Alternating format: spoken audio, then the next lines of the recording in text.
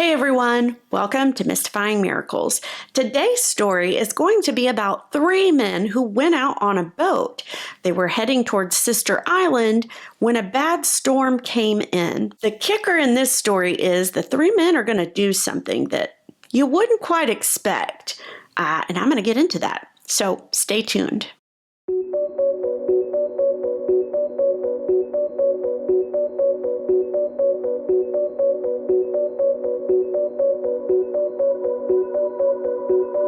It was a perfect July day when David Blatchford, his friend, and his brother were planning a day of boating. The wind was blowing at about 5 to 10 miles per hour.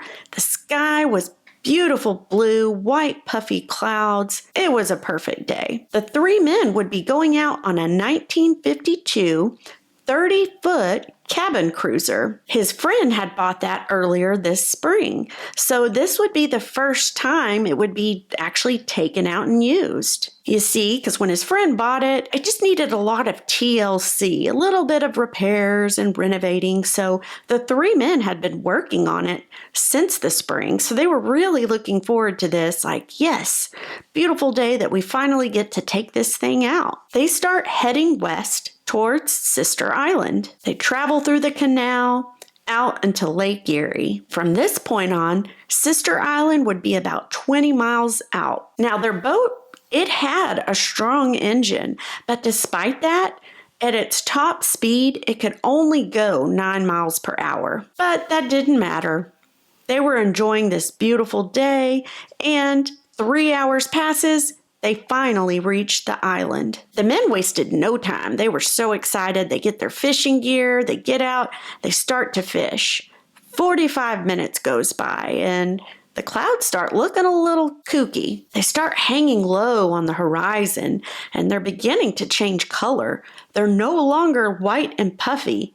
They're now a pea green. As these clouds are getting bigger and more billowy, they see that the storm is heading towards them at about 30 to 35 miles per hour. So there's no outrunning this thing. Once they saw that the barometric pressure had dropped, they knew right away, all right, this is probably a bad storm.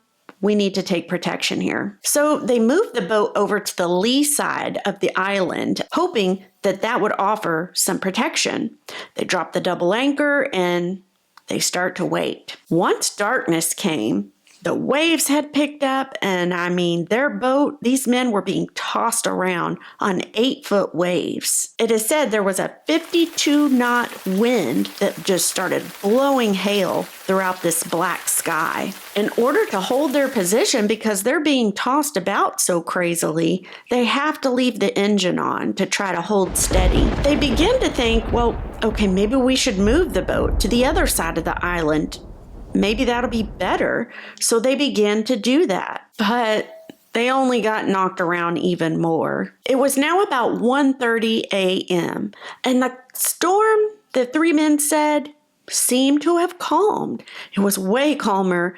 Things were settling. They thought all was well, but then they see it, and they said it was massive. This huge wave coming towards them. And when it hit, the men said it slammed them down 30 feet to the bottom. Once they popped back up to the surface, now the water is rushing in quite fast. The men at one point were scared that the boat would tip backwards and they would sink and perish that way. During all this, the engine is still going. It's sputtering here and there, but it's still going. One of the men was finally able to reach the wheel, spin the ship around, and they moved the ship back to the lee side, the more protected side of the island. Now, this boat of theirs had 4 huge bilge pumps, so that was good, but despite it having 4 of them, the men still had to bail out water like constantly because it was still rising so fast. During this moment, as this is happening and things are looking hopeless, David's friend, his name was Dave, he did a thing. That thing was, he took out his guitar. He had brought it on the trip, and he began to strum it. As he started strumming it, he began singing praises to God. He starts singing just gospel songs. David and his brother kind of looked at each other, and they also sit down and they begin to sing, praising God along with him. Now, David's brother, he said, I can't lie, to be honest, at the very beginning, I thought, this is nuts. He looked at the other two men like, what are you doing? Like, the water's coming in, the storm.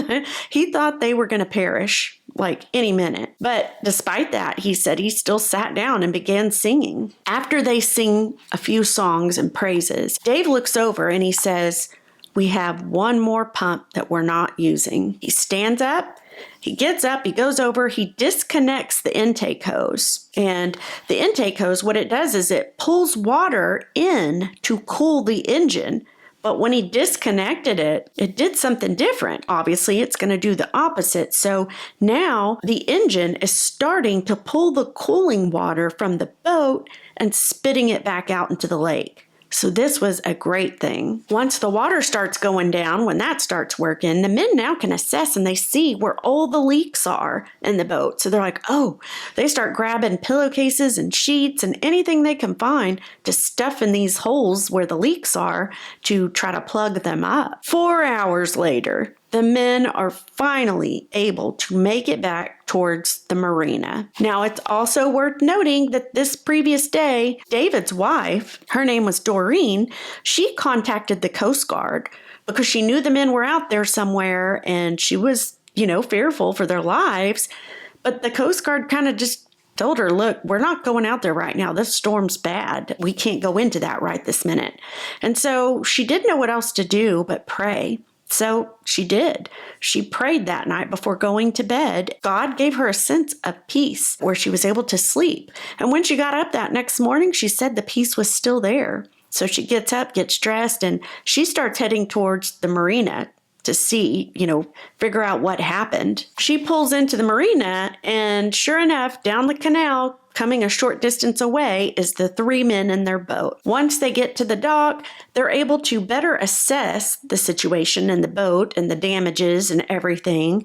And they see that the keel, they had a very heavy keel, very heavy and well made on their boat. When they assessed it once docked, they saw that it was split in half. In addition to that, they only had just barely a half a gallon of fuel. So they were barely able to make it back. Had they run out, before that, they'd just be drifting a sea. So that was another blessing. All 3 men just pondered, how did we not die in this storm? How did our ship just not totally get ripped apart? Because they knew from all the water and everything that was coming in, how did their engine not get swamped and just go kaput? It was miraculous, especially, after that huge wave hit them. The men found out that it turns out that same night, 5 to 6 people actually died in the storm. There had been several people that had gone out on a 42-foot Chris Craft cruiser, and some of those had, unfortunately perished. But then there was also a 100-foot long cargo hauler.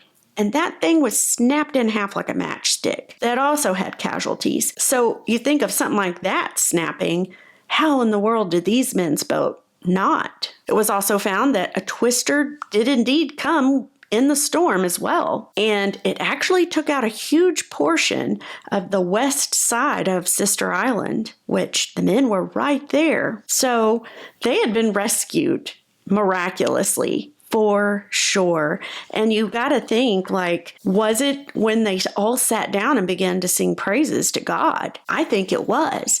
There's a lot that can happen when you sing.